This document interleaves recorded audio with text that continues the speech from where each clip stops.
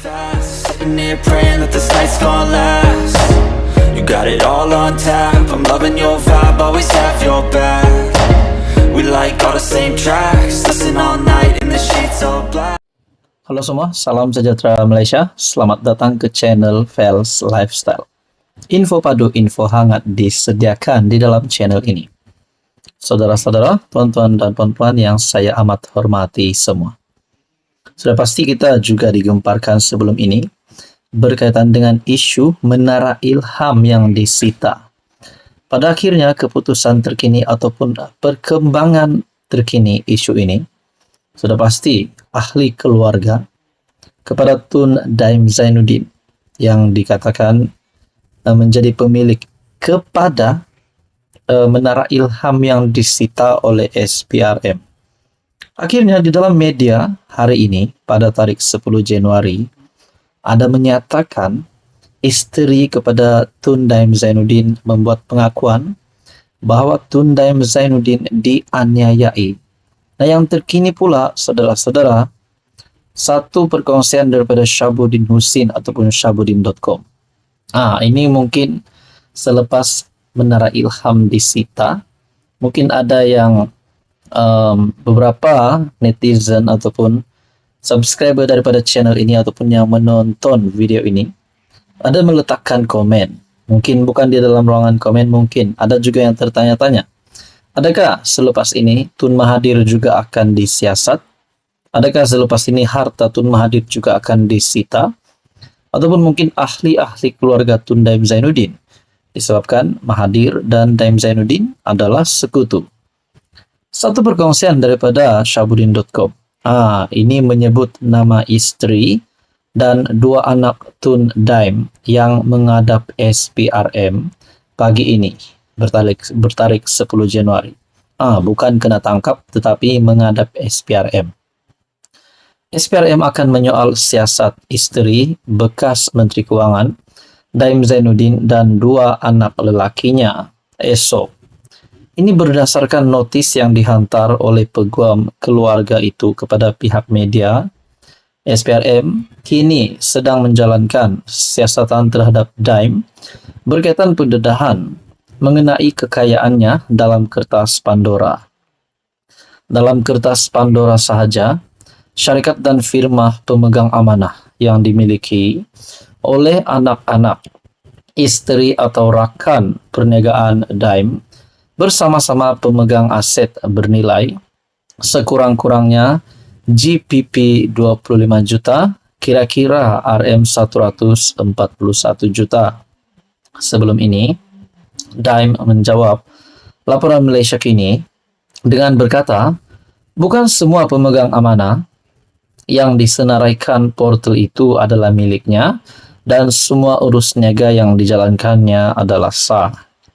Dia berkata, pemegang amanah adalah sebahagian daripada perancangan harta pusaka dan semua cukai yang perlu dibayar telah dibayar. Memiliki entiti luar pesisir tidak menyalahi undang-undang, tetapi dalam beberapa keadaan amalan itu dikaitkan dengan pengelakan cukai. Dalam kes lain, ia merupakan usaha mengekalkan kerahasiaan atas pelbagai sebab. SPRM berkata, Suruhanjaya itu telah menghantar notis kepada Daim sejak Jun lalu supaya dia mengisytiharkan harta, namun mendakwa tuntutan itu tidak dipenuhi walaupun selepas 5 lanjutan diberikan seperti mana yang diminta bekas Menteri Kewangan itu. Hal ini mendorong SPRM menyita Menara Ilham, sebuah bangunan bernilai tinggi milik Daim dan keluarganya, dan mengecam siasatan SPRM terhadapnya dengan mendakwa dia menjadi mangsa penganiayaan politik. Bagaimanapun SPRM menafikan dakwaan itu.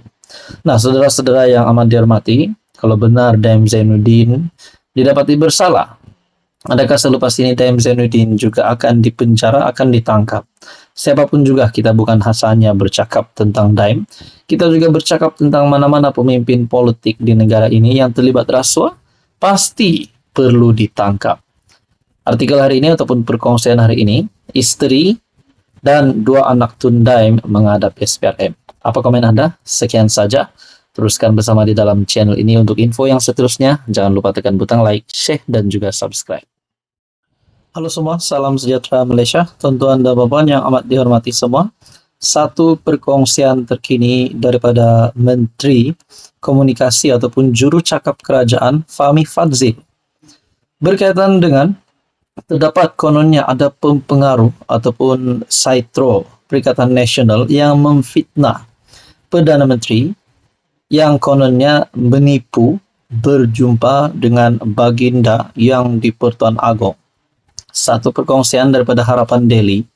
Saitro Perikatan Nasional jangan fitnah Perdana Menteri memang menghadap Agong, kata Fahmi Fadzil.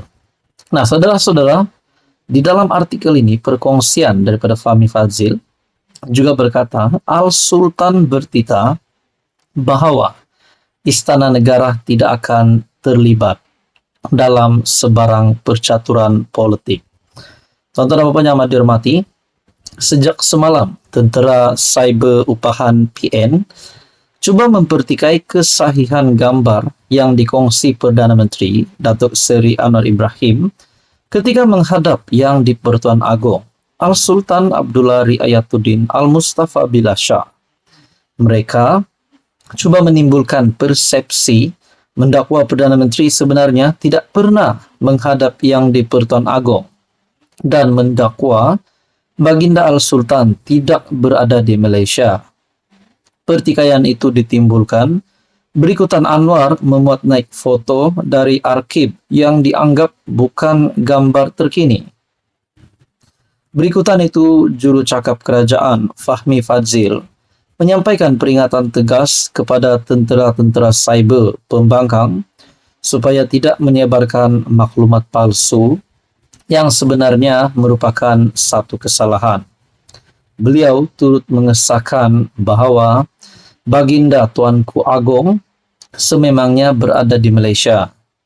Menerusi pemantauan apa yang berlaku dalam media sosial, saya sekali lagi ingin menyampaikan peringatan adalah satu kesalahan jika kita sebar maklumat palsu, tuduhan contohnya Perdana Menteri tidak mengadakan pertemuan atau diperkenan menghadap yang di-Pertuan Agong semalam.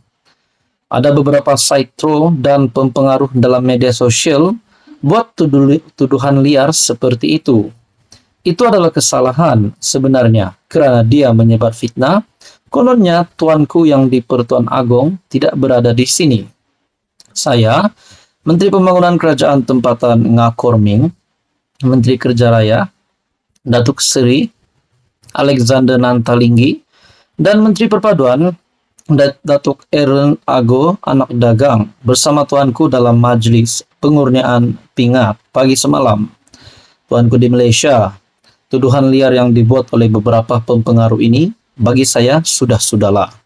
Ada dalam kalangan mereka dalam siasatan dan didakwa di mahkamah.